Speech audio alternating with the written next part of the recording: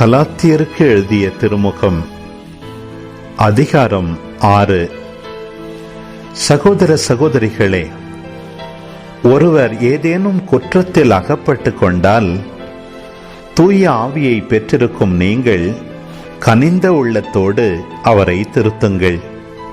அவரை போல் நீங்கள் சோதனைக்கு உள்ளாகாதவாறு பார்த்து கொள்ளுங்கள். ஒருவர் மற்றவருடைய சுமைகளை தாங்கிக் கொள்ளுங்கள். இவ்வாறு கிறிஸ்துவின் சட்டத்தை நிறைவேற்றுவீர்கள். பெருமைக்குரியோராய் இல்லாதிருந்தும் தம்மை பெரியவர் என கருதுவோர் தம்மையே ஏய்த்துக் கொள்ளுகின்றனர். ஒவ்வொருவரும் தம் செயல்களை ஆய்ந்து பார்க்கட்டும். அப்பொழுது தம்மை பிறரோடு ஒப்பிட்டு பெருமை பாராட்டாமல் தாம் செய்த செயல்களை பற்றி மட்டும் பெருமை பாராட்ட முடியும். ஒவ்வொருவரும் அவரவர் சுமையை தாங்கிக் கொள்ளட்டும். இறை வார்த்தையை கற்றுக்கொள்வோர் அதை கற்றுக் கொடுப்போருக்கு தமக்குள்ள நலன்கள் அனைத்திலும் பங்கு அளிக்க வேண்டும்.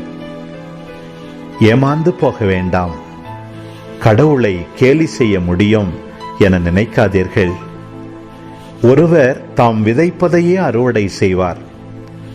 தம் ஊனியல் வாகிய நிலத்தில் விதைப்போர் அந்த இயல்பிலிருந்து அழிவையே அறுவடை செய்வர்.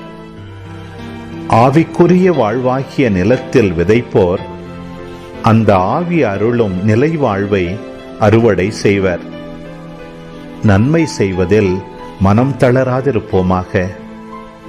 நாம் தளர்ச்சி அடையாதிருந்தால் தக்க காலத்தில் அறுவடை செய்வோம். ஆகையால் இன்னும் காலம் இருக்கும் போதே எல்லாருக்கும், சிறப்பாக நம்பிக்கை கொண்டோரின் குடும்பத்தினருக்கும் நன்மை செய்ய முன்வருவோம். இப்பொழுது என் கைப்பட நான் உங்களுக்கு எழுதுகிறேன். எவ்வளவு பெரிய எழுத்துக்களில் எழுதுகிறேன் பாருங்கள். உலகின் முன் நல்லவர்களாய் நடிக்க விரும்புகிறவர்களே, விருத்த சேதனம் செய்து கொள்ளும்படி உங்களை கட்டாயப்படுத்துகிறார்கள். கிறிஸ்துவின் சிலுவையை முன்னிட்டு தாங்கள் துன்புறுத்தப்படாமல் இருக்கவே அவர்கள் இப்படி செய்கிறார்கள். விருத்த சேதனம் செய்து கொண்ட அவர்களே திருச்சட்டத்தை கடைபிடிப்பதில்லை. ஆனால் உங்கள் உடலில் செய்யப்படும் அறுவையை முன்னிட்டு தாங்கள் பெருமை பாராட்டிக் கொள்வதற்காகவே நீங்கள் விருத்த சேதனம் செய்து கொள்ள வேண்டுமென விரும்புகிறார்கள். நானோ நம் ஆண்டவர் இயேசு கிறிஸ்துவின் சிலுவையை அன்றி வேறு எதை பற்றியும் ஒருபோதும் பெருமை பாராட்ட மாட்டேன். அதன் வழியாகவே என்னை பொறுத்தவரையில் உலகம் சிலுவையில் அறையப்பட்டிருக்கிறது. உலகை பொறுத்தவரையில் நானும் சிலுவையில் அறையப்பட்டிருக்கிறேன்.